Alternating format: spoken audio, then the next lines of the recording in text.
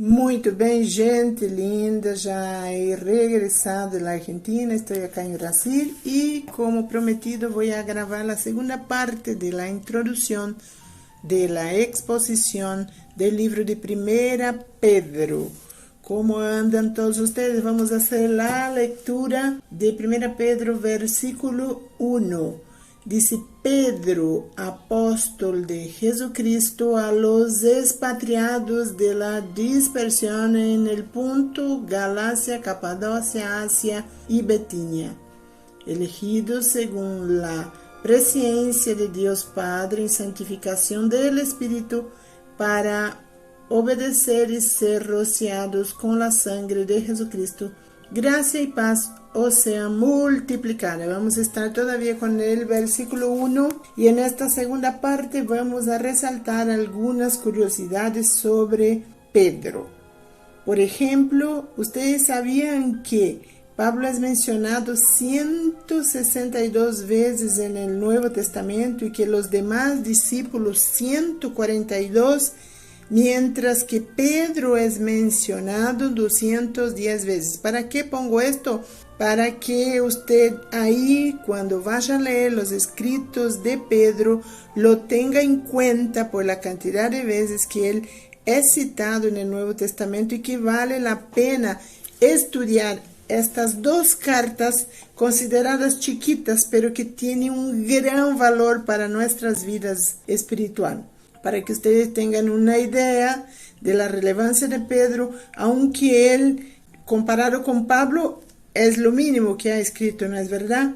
Su biografía nos cuenta que era hijo de Zebedeo, hermano de Andrés, casado, empresario en Cafarnaúm, en el área de la pesca, todos saben, nacido en Betsaida, Galilea, y en la época en que él escribió la carta fue entre 64 y 67 después de Cristo, ya que no se puede definir la fecha exacta. Fue en este periodo que hubo difamación, acusaciones, 2 Timoteo 2:9, en el cual sufro penalidades hasta prisiones a modo de malhechor, mas la palabra de Dios no será presa. Pablo estaba hablando acá de que aunque estuviera preso, Pablo está diciendo, aunque estuviera preso, la palabra no estaba presa, y Pedro de la misma manera. Junto en esa época, Pablo es preso y Nerón prende fuego en Roma, así culpando a los cristianos, siendo Pablo decapitado en el año 67 después de Cristo. De modo que la carta fue escrita durante estos episodios. Por otro lado, algo muy importante a saber en cuanto al primado, alguien lo nombró Papa. Vamos a ver si eso es cierto. Casi 1 billón de personas creen que Pedro fue el primer Papa. ¿Será? Puesto que hay un versículo en la Biblia que dice: sobre esta piedra edificaré mi iglesia. De hecho, ese versículo fue usado fuera de contexto y de esta manera generó semejante confusión. Así siendo, trataremos de explicarles a fin de que puedas entender y poder explicar con lujo de detalles cuando te enfrentes con alguien que esté con esta curiosidad o esta duda. Entonces, aprendemos en primer lugar el significado de Pedro. En griego es Petros, siendo que Petra es roca inabalable. Y siempre cuando lo menciona en la Biblia, Petra es Cristo. Entonces, Petros era un pedacito de la piedra, para que se entienda así un poquito mejor. Pedro sabía y conocía este significado de su nombre, que tanto en la primera carta de él y en Hechos, en uno de sus discursos realizados cuando se encontraba delante del concilio, él va a decir así: este Jesús es la piedra reprobada por vosotros, los edificadores, la cual ha venido a ser cabeza del ángulo. ¿Por qué dijo eso? Porque la costumbre de los judíos en el momento de comenzar una construcción era partir de una primera piedra puesta y de ahí partía toda la obra. De manera que Jesús fue la piedra principal, siendo nosotros cada uno una piedra. Y Pedro, el elo que unió los judíos y los gentiles. Entonces, seguimos hasta hoy la construcción. La construcción se sigue haciendo. Cada uno que se entrega siendo un elegido salvo pasa a ser una piedra, pero la piedra angular siempre fue y siempre será Cristo. Él nos va a decir, 1 Pedro 2:4, acercándoos a él, piedra viva, desechada ciertamente por los hombres, mas para Dios escogida y preciosa. Versículo 5 dice, vosotros también, como piedras vivas, sed edificadores, como casa espiritual y sacerdocio santo, para ofrecer sacrificios espirituales aceptables a Dios por medio de Jesucristo.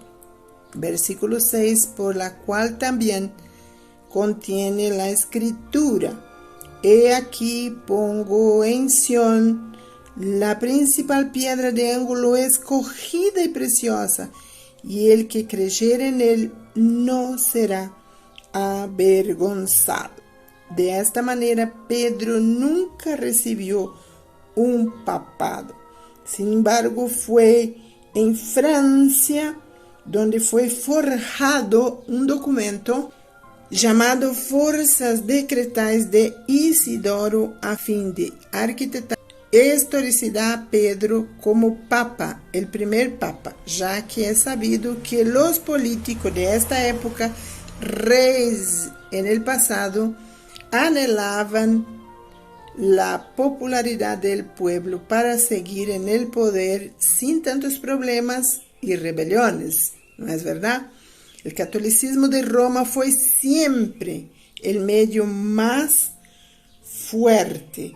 En el libro del escritor Rui Barbosa, un escritor brasileño llamado El Papa y el Concilio, el título del libro, afirma que este proceder, Forças Decretais de Isidoro, ha sido el más gran embuste literario ya visto en la historia. A la vez fue en 607 donde Focus nombra por primera vez el Papa Universal, el Bispo Bonifacio III. Entonces todo el resto es fraude historial a beneficio propio de la religión. Por eso me encanta ver documentales o películas que relatan historias pasadas a fin de observación, ¿no es verdad? Siempre tenemos que estar atentos. Así también poder detectar que hoy aún siguen practicando versículos fuera de contexto para cometer farsas con nuestra fe, queriendo hacer el pueblo connivente y hasta mismo esclavo, hasta mismo de pecados sutiles. Muy sutilmente lo hacen la persona que por ahí predica la palabra solo para obtener dinero. Por eso los invito a dar un me gusta en mi canal, inscribirte en mi canal, compartir las prédicas, porque toda la semana voy a estar pasando un poquito más de este libro que es maravilloso, el libro de 1 Pedro. Y ustedes pueden estudiar juntos a fin de que podamos vivir de forma plena el escrito en Romanos, capítulo 12, versículo 2. No os conforméis con este mundo, sino transformaos por medio de la renovación de vuestro entendimiento, para que comprobáis cuál sea la buena voluntad de Dios y agradable y perfecta.